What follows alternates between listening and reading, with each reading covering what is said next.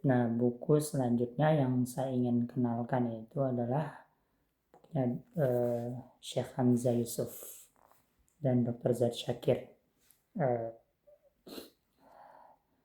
Kalau Syekh Hamzah Yusuf saya cukup sering ya nonton videonya, saya cukup kenal. Kalau Syekh Zaid Syakir nih saya jujur masih kurang kenal gitu ya.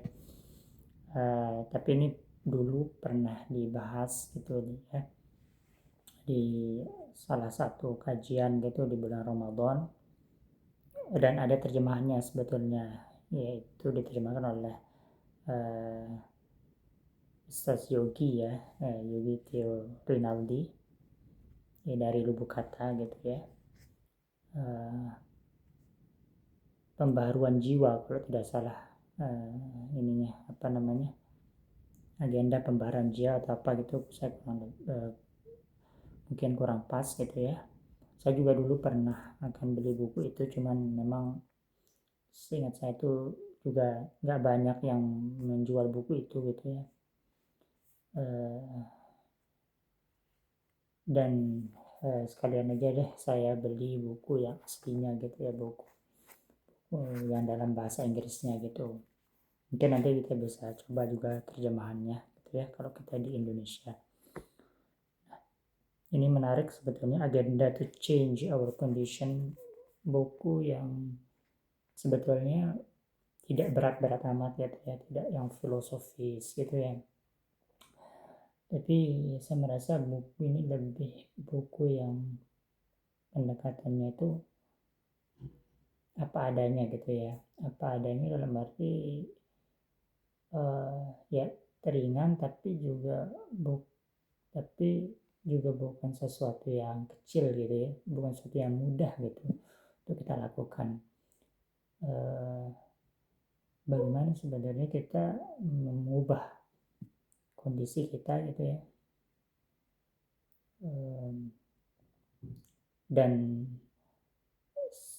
sejauh pemahaman saya gitu ya, sejauh pengetahuan saya lah terkait buku ini gitu, yang saya masih ingat gitu, sini kita harus mulai dari diri sendiri gitu ya. Sebenarnya kondisi umat, kondisi dunia itu bahkan sebetulnya, ataupun kondisi umat Islam bisa diubah gitu ya dari diri kita sendiri sebetulnya dulu. Ya, jadi bukan fokusnya keluar tapi juga fokusnya ke dalam.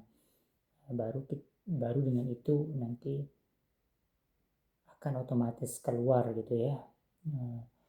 Perubahan itu akan otomatis menular keluar gitu ya, seperti itu. Nah, di sini dijelaskan the path of taqwa ya. Agenda to change our condition is a concise treatise on the path of the taqwa ya.